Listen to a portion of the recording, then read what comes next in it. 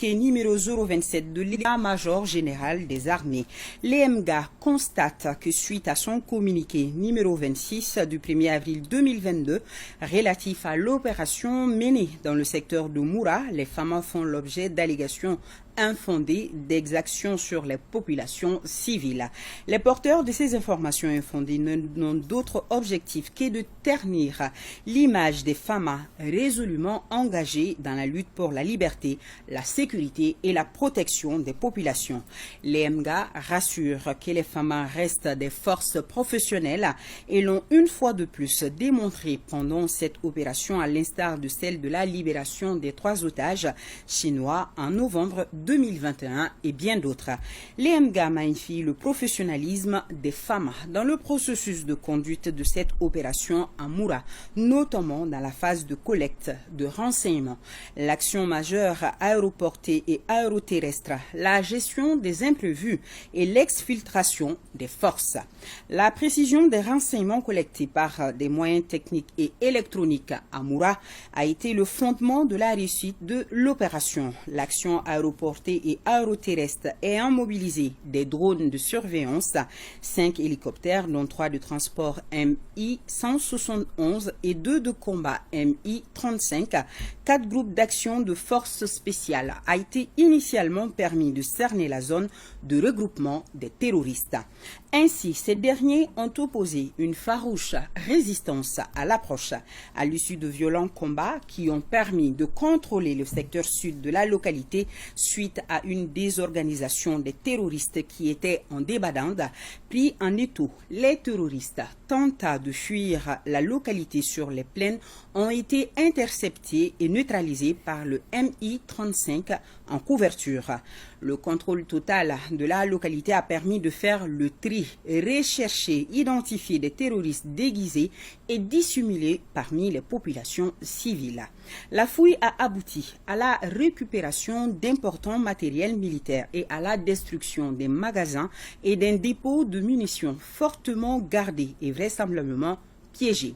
À l'issue de l'opération vivement saluée par les populations opprimées otages des terroristes, les suspects interpellés et les groupes d'action ont été exfiltrés hors de la zone par air. Les suspects terroristes ont été mis à la disposition de la prévôté. Ils répondront de leurs actions devant la justice. L'EMGA tient à féliciter les femmes pour leur bravoure et engagement pour la défense du territoire national, la protection des personnes et leurs biens et la lutte contre le terrorisme. L'EMGA s'incline devant la mémoire de nos vaillants soldats morts au cours des combats et souhaite prompt rétablissement aux blessés. Par la même occasion, l'EMGA rappelle que le respect des droits de l'homme, de même que le droit international humanitaire, reste une priorité dans la conduite de ces opérations, d'où les énormes efforts de sensibilisation et de formation, de même que l'ouverture systématique d'enquêtes à chaque fois que des allégations sont portées contre l'action des femmes.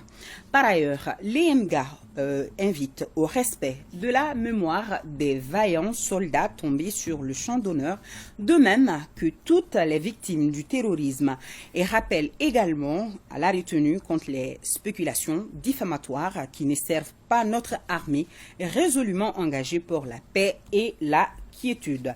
Signé le directeur de l'information. Monsieur Diarra, je reviens à vous. Voilà, je viens de lire le communiqué qui nous explique la situation de Moura. Alors, monsieur Diarra, dites-nous, qu'est-ce qui s'est passé exactement? Bonsoir, madame. Donc, je suis ici ce soir au nom de la haute hiérarchie militaire pour clarifier la situation concernant l'intervention militaire des FAMA dans la localité de Moura la semaine dernière. Donc, c'est à la faveur des renseignements très précis et validés que les FAMA ont été amenés à intervenir dans la localité de Moura, où se tenait une grande réunion très importante des leaders de la Katiba de Massina, et avec la finalité de planifier des attaques contre les installations, les FAMA, ainsi que de continuer à mettre la pression sur les populations civiles. C'est dans ce cadre que nous sommes intervenus à Moura. Et donc, à peine que nos forces sont arrivés sur les lieux parce que c'est une opération aéroportée. Dès que les forces sont arrivées, elles ont été prises à partie par les terroristes qui étaient en réunion. Et s'en est suivi de combats très violents au cours desquels nous déplorons aussi des morts et des blessés. Dans nos rangs. Dans nos rangs. Ok. Alors, qui répondez-vous à tous ceux qui accusent les FAMA d'exaction sur les populations, M. Diarra? Donc, moi, je voudrais préciser que les FAMA sont intervenus à Moura, oui, pas pour aller tuer des civils, oui, dont nous avons la charge de protéger.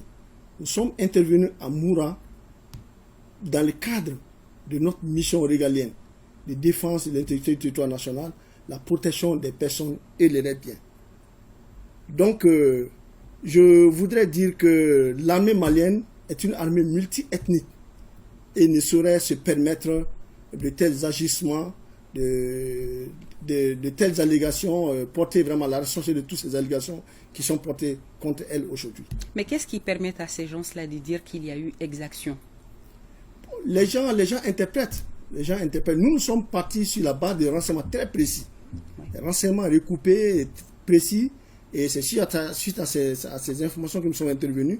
Et le professionnel des FAMA a été remarquable. Oui. Depuis la phase de la planification de la conduite de l'opération, la collecte du renseignement, la phase de l'action majeure, là où on a fait les opérations, nous avons engagé des hélicoptères, les gens ont débarqué, et tout ce qui était imprévu, et le tri des personnes suspectes, jusqu'à avoir l'effectif des gens suspects qui ont été exfiltrés. Oui.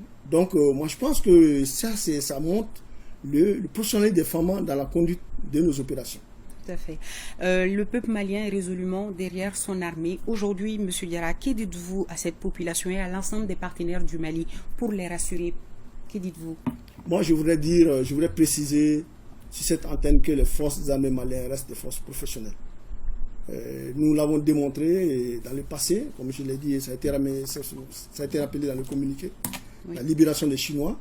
Donc, nous allons continuer la conduite de nos opérations dans le respect strict du droit international humanitaire et des droits de l'homme.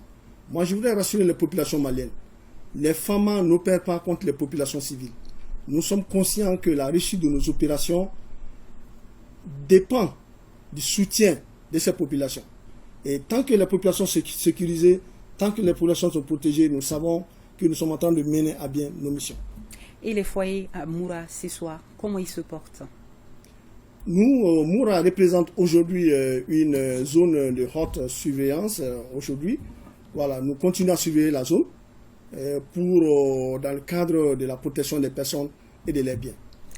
Merci, M. Diarra, pour ces réponses. Alors, je rappelle à nos téléspectateurs que c'était là le chef d'état-major général des armées, le général de division Oumar Diarra, qui était notre invité, qui répondait donc à nos questions par rapport à la situation de Moura. Merci encore une fois.